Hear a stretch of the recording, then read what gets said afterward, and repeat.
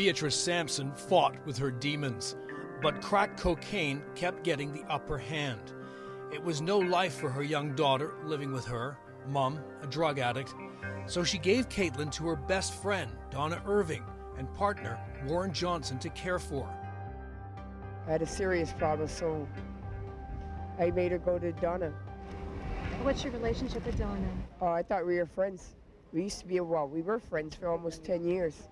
It was for the best, she thought. The courts agreed, until homicide detectives called her to the very apartment building where Beatrice believed her daughter was safe for a year and a half in the hands of best friends. Caitlyn was far from safe.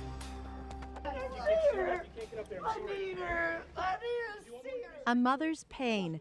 Bernice Sampson has just found out her daughter, 7-year-old Katelynn Angel Sampson, was killed. The year is 2008, and Sampson has collapsed into the arms of friends at the front door of a Parkdale high-rise where her daughter had been in the care of Donna Irving. Bernice, what would you like to say about your daughter? Well, Caitlyn was a wonderful daughter. She was happy. She was doing good, so I thought. Now she's not there. She's not with me.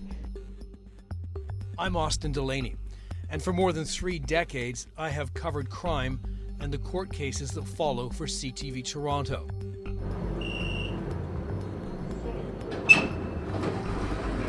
Today, I return to that Parkdale apartment with CP24's crime analyst Steve Ryan, who at the time of this murder was the lead homicide investigator on the Katelynn Sampson case. Steve, this is another really tough case, another case of unbelievable child abuse. Yes, this was one of the worst cases I would say that I investigated in my 15 years in homicide, and it's because of this case that I have this standard answer when people ask me, and I get this question often, what has changed what changes when you become a homicide detective for that long, as opposed to before you get into homicide? And my answer is always the same, and that is, we all have this sense of naivety, being naive with regards to evils in the world. And I think it's kind of freeing. And when you're a homicide detective and you see a child on an autopsy table beaten beyond recognition, and you have a pathology assistant holding a dead child's hand and whispering to her, "You're safe now, nobody else is going to hurt you," that word naive is gone from the dictionary. And that's something I wish I had back, because if you witness that, you realize that anything evil in this world is possible.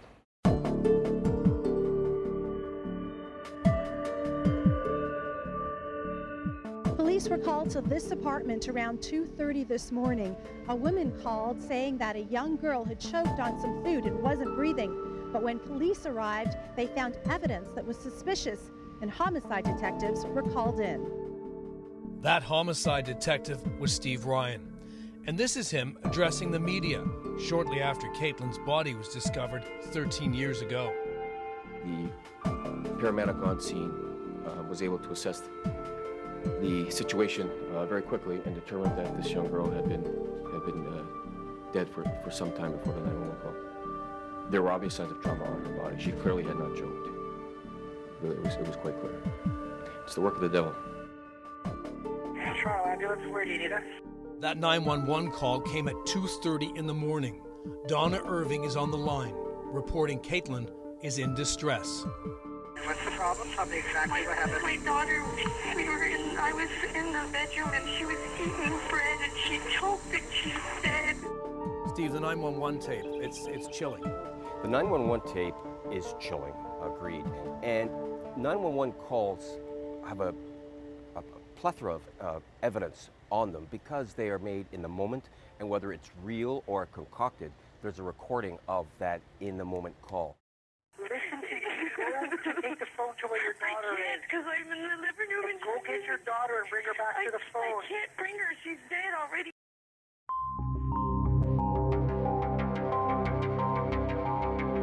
With most homicide investigations, what I try to do is get to that 911 tape as quickly as we can to listen to it, to get some idea or feel for the investigation. And what did you find in this one?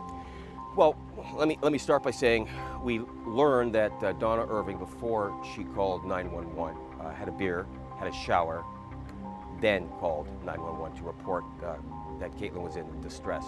On that tape, she's crying. I hesitate to use that word because it was all concocted, but she's making it appear as though she's crying. Now, in fairness, she may have been crying because, she may be crying for her own self-preservation at some point in time, because she's now stuck with this body in her apartment, and they've got a story in place that's not going to be believable.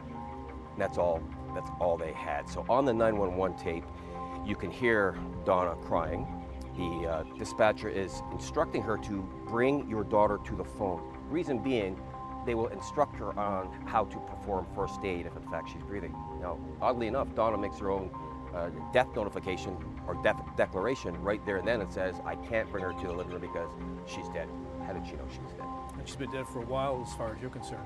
Yes, I believe she's been dead for a while, and this was just at 2:30 in the morning. It was, okay, let's go, here's the story. You say this, I'm going out the back door, being Warren Johnson, and this was all on the tape. It was all preserved on the 911 tape, and it's valuable evidence for us. I think she was dead. Are you with your daughter right now? No, I'm in the living room. We need to go back where your daughter is.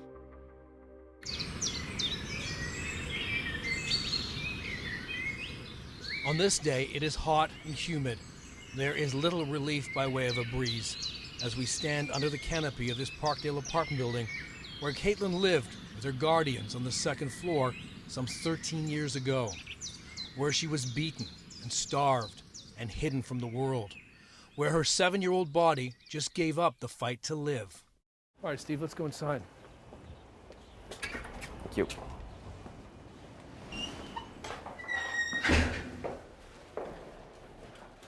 What's it like to be back in the building? So I haven't been back here since 2008, and it just brings back everything to me, just as if this investigation was starting all over again. There are certain cases that you just never forget. Obviously, this is one of them that has a tremendous impact on, I think, your life in general, the after effects of doing this type of work. So being here again it's tough because all those emotions come back, all of those injuries on that child's body, all of what we worried about with regard to this investigation, all comes back when you walk through these doors again. How does one handle that kind of stuff? That's a great question, and I struggle with it every day because it's easy to think, after being exposed to this type of evil, that it happens every day to children. And anytime you'd see a parent in the mall with their kid, you automatically think the worst. So you really got to be on top of your own thoughts, because you can really just think that the entire world is a disaster. And if you have got kids, and my kids were fairly young at the time, it's easy to smother them as well, thinking that it's going to happen to them. So it's a constant battle to keep life in perspective and then deal with the realities of the evil that goes on as well. This case has hit the seasoned former cop particularly hard, and it is because the investigators would later learn this horrible case of child abuse could easily have been prevented if someone, anyone, had just bothered to check on Caitlyn's well-being. Take me back to that day when you finally come inside here. What do you see? So when we executed a search warrant on that apartment, there was blood in the bathroom. And as a homicide investigator, you listen to every word people tell you when you interview them. The statement that we took from Donna Irving when she was arrested, talking about Johnson leaving the apartment and then her having a shower and blood smearing in the bathroom, which means that something was dragged along the floor that left a blood smear. That, I believe, is where she died, was in that bathroom. In the bedroom itself, there was a book where she was forced to write those lines saying, "I'm not a good person." There was a hockey net, and there was a bowl of chicken soup. That was it, and that was her room. So where did she sleep? Your guess is as good as mine as to where that happened. I know she wasn't eating very much because she was very, very thin when she was examined at the autopsy. So the place was awful. Suspicions about abuse bounced from agency to agency, with no one doing a real check on the girl. In the apartment, investigators found a note, a line written 62 times. "I'm an awful girl. That's why no one wants me." When paramedics arrived at the apartment, beautiful Caitlyn was found wearing dirty shorts and a top covered in dry vomit. It was the keen eyes of the ambulance team that came, the paramedics, that said something's amiss. Absolutely, and they're trained professionals, and they can detect child abuse, they can detect abuse in general, and I think they suspected right from the get-go that this child did not die as a result of choking on chicken soup. But investigators would only learn the extent of the abuse at the hands of her guardians during the autopsy on the 7-year-old girl. Steve, describe her injuries. Her injuries were quite extensive, some of the worst I've seen. So she had, well, let's start with her hair. Her head was shaved, and we learned later that was as a result of punishment, something that she had done. So she had beautiful long hair in some of her pictures. So that was shaved off her. She looked like an army recruit. Again, punishment. Her eyes are both swollen. One eye was swollen shut. She had a swollen ankle, a swollen wrist. Her liver had detached, part of it had detached from the body because, according to the pathologist, the high impact injury, he said he'd only seen that in traffic collisions, never in a child abuse case. So that'll give you an idea of just how forceful the assault was on her, that it caused her liver to disengage from her body. She was underweight, she hadn't been fed, and she would have been in excruciating pain according to the pathologist. And her finger was sliced. It wasn't cut, it was sliced in an odd spot, right at the base, almost near the web of the finger. And when you look at that injury in and of itself, you can't help but think if that was just done as punishment, because it was an odd place for it to be, the injury to have happened, and it looked very, very painful. So in the end, did she die from one last beating, or what was it that killed this little girl? The cause of death was determined to be complications from a variety of different injuries. So basically how it was explained to me was that her body just said, we've had enough, and we're checking out. Her injuries are just too severe for her to continue. And she just died from all the beatings, all combined, a cumulative thing. All the beatings combined was what caused her death. So that was over a period of time, and then her body just shut down. So was she in school? She was registered in school. She was registered to Parkdale Junior and Senior Public School, which is oddly enough just around the corner here. Let's take a look over there. Okay. Let's go. Her building is one of 3 high-rises sharing a circular driveway with just one entrance for all cars. Steve, is this her school? Because it's at the end of her driveway. Didn't anybody see anything? That's her school, and the answer to that question is no. Caitlyn showed up at her Parkdale school bumped and bruised several times.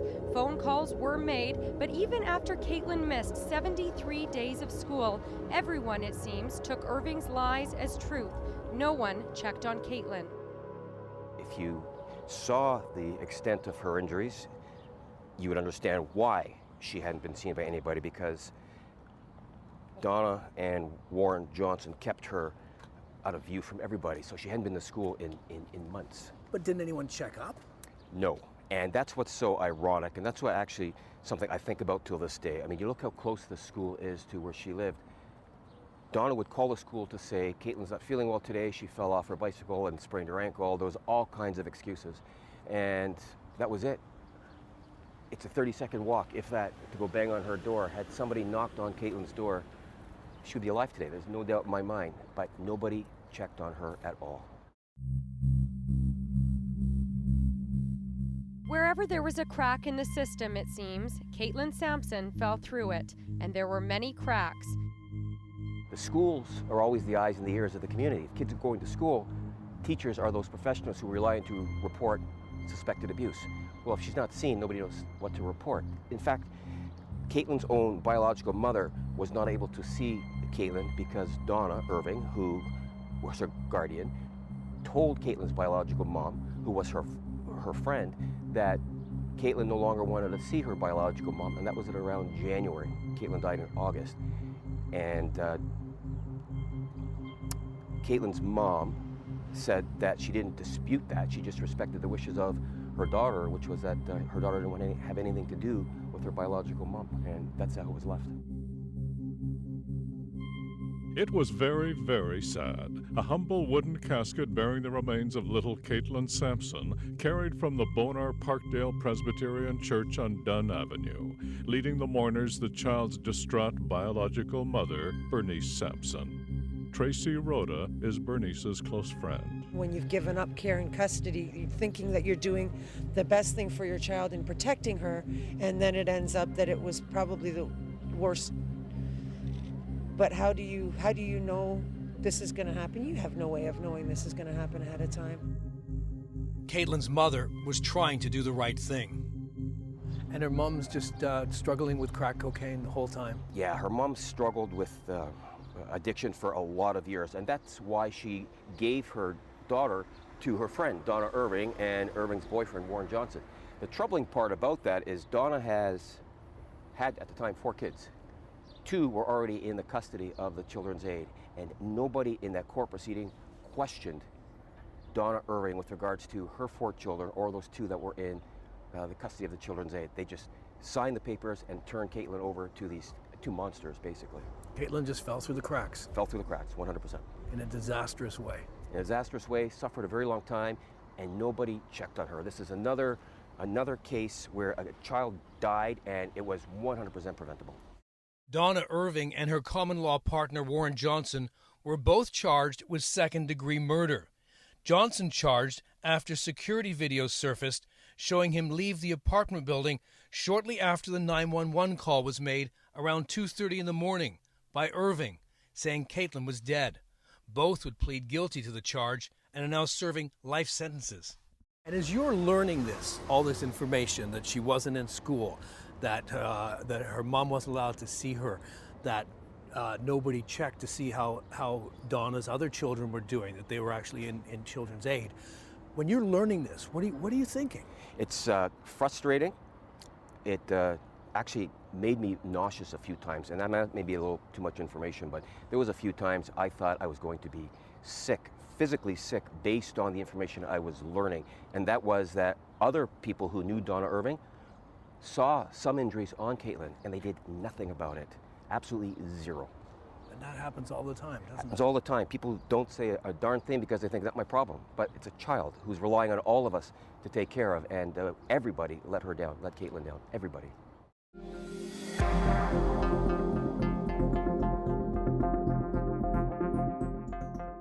On more than one occasion, Bernice Sampson had to leave the courtroom, overcome with emotion.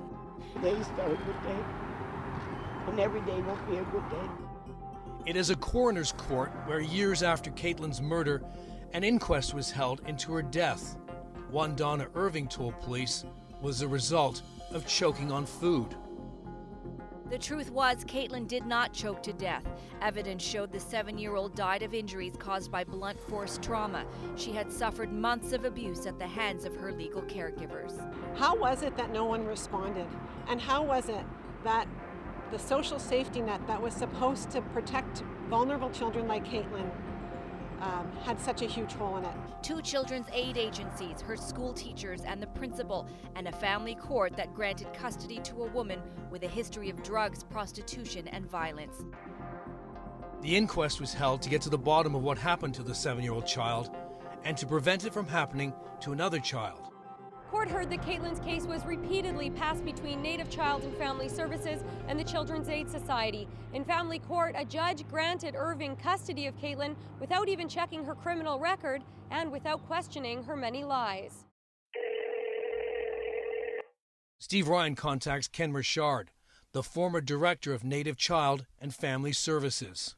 After this tragedy, what failed and what has improved? And do you think we can prevent this from happening again, or do our best with regards to our social agencies?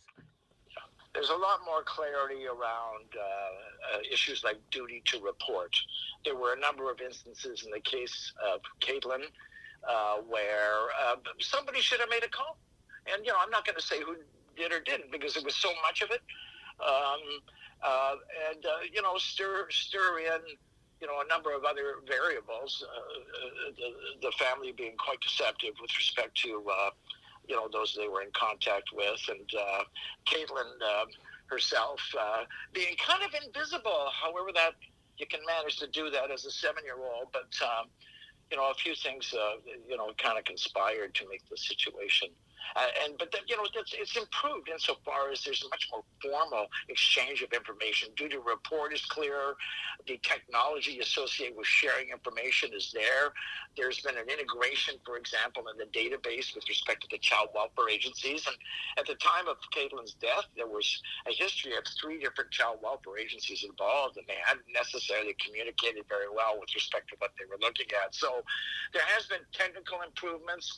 I think, the duty to report is, with respect to all professionals that see children in distress, is much more understood and emphatic. So we have a tighter safety net. That being said, it's probably never tight enough. Yeah, well said. And with regards to she was invisible, and I agree with you because nobody set eyes on her. So no child services saw her. Her school didn't see her. Everything was done over the phone. People didn't know what they were looking at. And they mostly weren't looking at anything. What I mean is the family was quite skilled at hiding the results of their abuse. Because remember, that child was in distress for some time prior to her death. Her murder was just the end of it. We are now standing in the shadow of the apartment building that on this sunny day reaches over Katelyn's school on the other side of the street. And I can't help but wonder, what led these 2 murderers to agree in the first place to take Katelynn into their home? Why did Donna take her in if they didn't seem to like her? We never knew that answer. In fact, Donna contacted Katelyn's biological grandmother to say to her, she's not my blood, she's got to go. So why Donna and Warren Johnson agreed to keep Katelynn is beyond me. The only thing I could come up with was finances. They're going to get money for her if they are taking care of her. There's no other reason why you would take that child in and then beat her like they did for as long as they did without doing anything to help her. Well, did Warren and Donna work? No, it didn't work. No, neither of them worked. They just were home with their Donna's 2 sons and with Katelynn.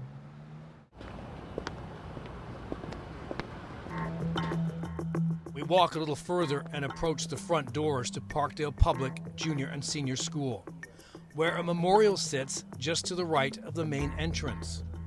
Katelyn's image there to greet students and teachers alike as they enter the building. Look at that, Steve. It's quite a beautiful painting, isn't it? It is. That's heartbreaking. That is the image I have of Katelynn Sampson, is that one in that picture right there, because that's taken from a photograph that I've seen. And I struggle when I think about this case to think about this child looking like that, as opposed to how I last saw her. And that's her head shaved, and here she's got beautiful hair, long hair and a ponytail. It's exactly it. Look at her beautiful long hair and that smile, and that's not the child that I saw on the autopsy table, but this is how I, myself, just personally speaking, try to deal with the memories of this case by remembering this little girl just as she looks right now.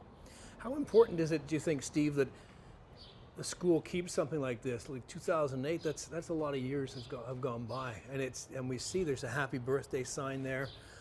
There are toys, flowers. Someone's doing that.